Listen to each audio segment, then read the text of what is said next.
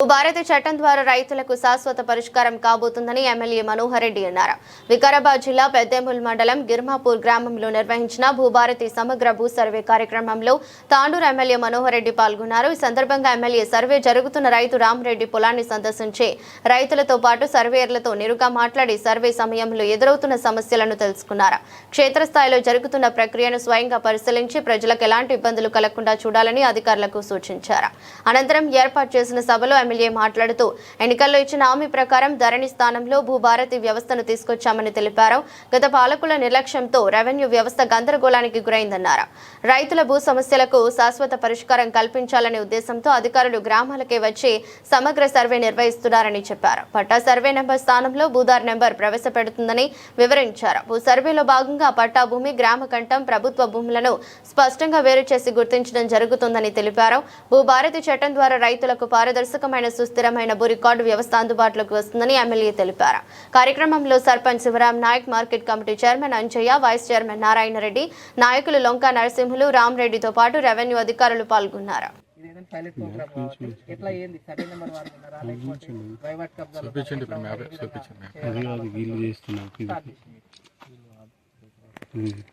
General గా survey చేస్తున్నావు కదా, నీకు ఏమనిపిస్తుంది? దీని నుంచి లాభమా, రైతులకు ఏమైనా లాభమా, టైం పాస్ అవుతుంది?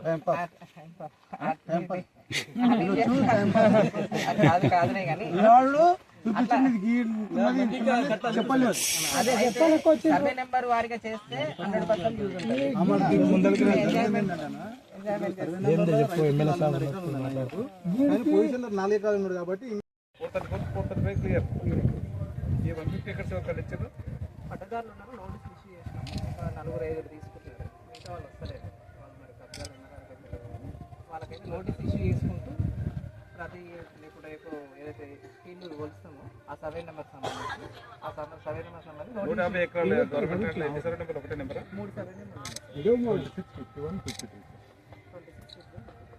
పెద్ద ఎక్స్టెంట్ ఇవన్నీ లావణిపట్ట అంటే పొరంబో ప్లాంట్ వేసాం కానీ పొరంబో ప్లాంట్స్ ఇవన్నీ. కాకపోతే ఈ ఎక్స్టెంట్ 26 ఎక్స్టెంట్ ఎక్కువ. ఇప్పుడు దీంట్లో 434 ఏం ప్రాబ్లం లేదా? రైతులు ఏడున్నారు?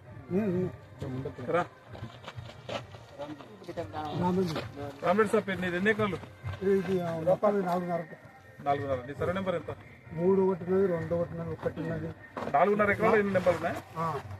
1 3 2 4 5 చూపించారా? మొత్తం అన్ని చూపించారా?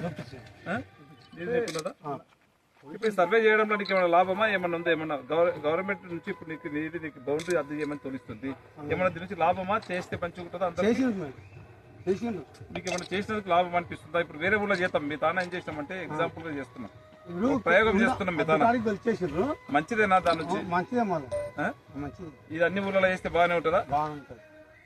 ఏమన్నా కొట్లాటలు వస్తున్నాయా? నాకు గట్టు చేయాలి రామరెడ్డి సార్. ఇప్పుడు మీ తానా వచ్చినందుకు అక్కడ ఇక్కడ జరిగింది ఒకటి ఉంటుంది కదా, మీది మీకు అడ్డుగా చూపిస్తే మన కొట్లాట రేట్ ఏమైనా స్టార్ట్ అయినాయి? దాని ఏం కాలే కదా, ఎవరిది వాళ్ళే ఉన్నారు. అక్కడ ఇక్కడ ఎక్కడోళ్ళు అక్కడ ఏం లేదు.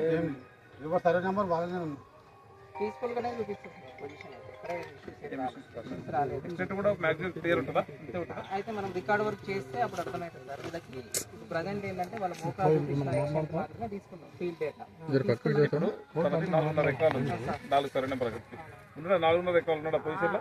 అది చూడలేదు సార్. యాక్చువల్గా ఇప్పుడు ఫిజికల్ పొజిషన్ ఏముందో డేటా తీసుకుంటాం. తీసుకున్న తర్వాతకి 91 నోటీస్ ఇష్యూ చేసి ఆయన ఫిజికల్గా ఎంత ఉందని నోటీసులో ఇష్యూ చేస్తున్నాం. ఫీల్డ్ మీదనే తీసుకుంటాం. ప్రజెంట్ ఓన్లీ ఎంజాయ్మెంట్ సర్వే జరుగుతుంది.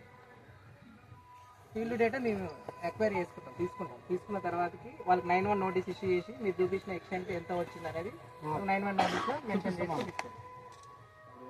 చూసింది కూడా ఇప్పుడు సర్వే నెంబర్ బార్డర్ ఫిక్స్ చేస్తలేరు కదా, ఫిక్స్ ఎక్కడా లేదు ఇక్కడ. ఈ రీసర్వేలో ఉన్న గైడ్లైన్స్ ఇప్పుడు మీరు దీంట్లో ఏమేం చేయాలి చెప్పు మహేష్. ఇప్పుడు మాకున్న గైడ్లైన్స్ ఏంటంటే ఇద్దరు లైసెన్స్ సర్వేలతోటి ఇప్పుడు సర్వర్ విడిచిపెట్టు గిర్మాపూర్కి వచ్చినావు, మొత్తం 434 ఎకరాలకు వచ్చినావు. వీళ్ళకి ఏమేమి ఇచ్చినావు? ఫార్మర్స్కి ఏమేమి చూపించినావు? ఇక్కడ ఏది చూపించలేదు సార్. వాళ్ళ డేటా మాత్రం మేము తీసుకున్నాం. వాళ్ళు ఉన్న ఫీల్డ్ మాత్రం తీసుకున్నాం. తీసుకున్న తర్వాత మళ్ళీ మేము డెస్క్ వర్క్ చేసుకొని 91 నోటీస్ ఇష్యూ చేస్తారు. 91 నోటీస్లో ఏముంటుంది అంటే వాళ్ళు ఎంత ఎక్స్టెంట్లు ఉన్నారు, ఎంత వరకు ఉన్నారు అనే దాని విషయంలో మీరు నోటీస్ ఇష్యూ చేస్తారు. నోటీస్ ఇష్యూ చేసినాక 45 days తర్వాతకి అప్పీల్ చేసుకోవచ్చు. డిఐఓఎస్ ఉంటుంది మా ఆర్డీఓ ఆఫీస్లో, అతనికి అప్పీల్ చేసుకుంటే అతను వచ్చి చూసి కరెక్షన్ చేయడానికి అవకాశం ఉంటుంది. అతని నుండి కాకపోతే మళ్ళీ ఏడీ లెవెల్ కూడా పోవచ్చు. కరెక్షన్ లేకపోతే ఆయన క్లియర్ ఉంటే ఆయన క్లియర్ ఉంటే ఎల్పిఎం అని నెంబర్ వస్తుంది, ల్యాండ్ పార్సల్ నెంబర్ భూధారం, ఆ నెంబర్ ఇష్యూ చేస్తారు.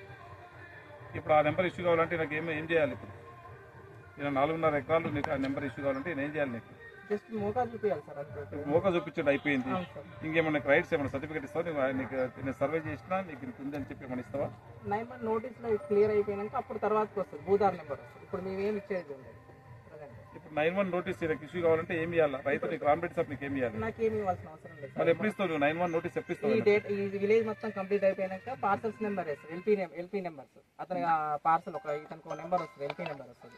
ఆ ఎల్పీ నెంబర్లోనే ఇతనికి సంబంధించిన డీటెయిల్స్ అన్నీ ఉంటాయి. ఆ ఎక్స్టెంట్ ఎంత వచ్చింది, ఎంత పెట్టదారు, ఎవరు ఉన్నారు పక్కన.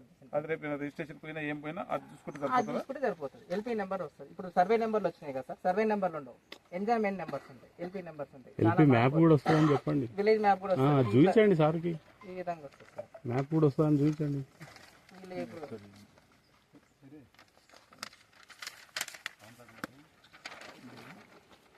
ఎలా చూపిస్తే ఎక్స్టెండ్ వస్తుందని చూపించండి. యాక్చువల్గా ఇవి సబ్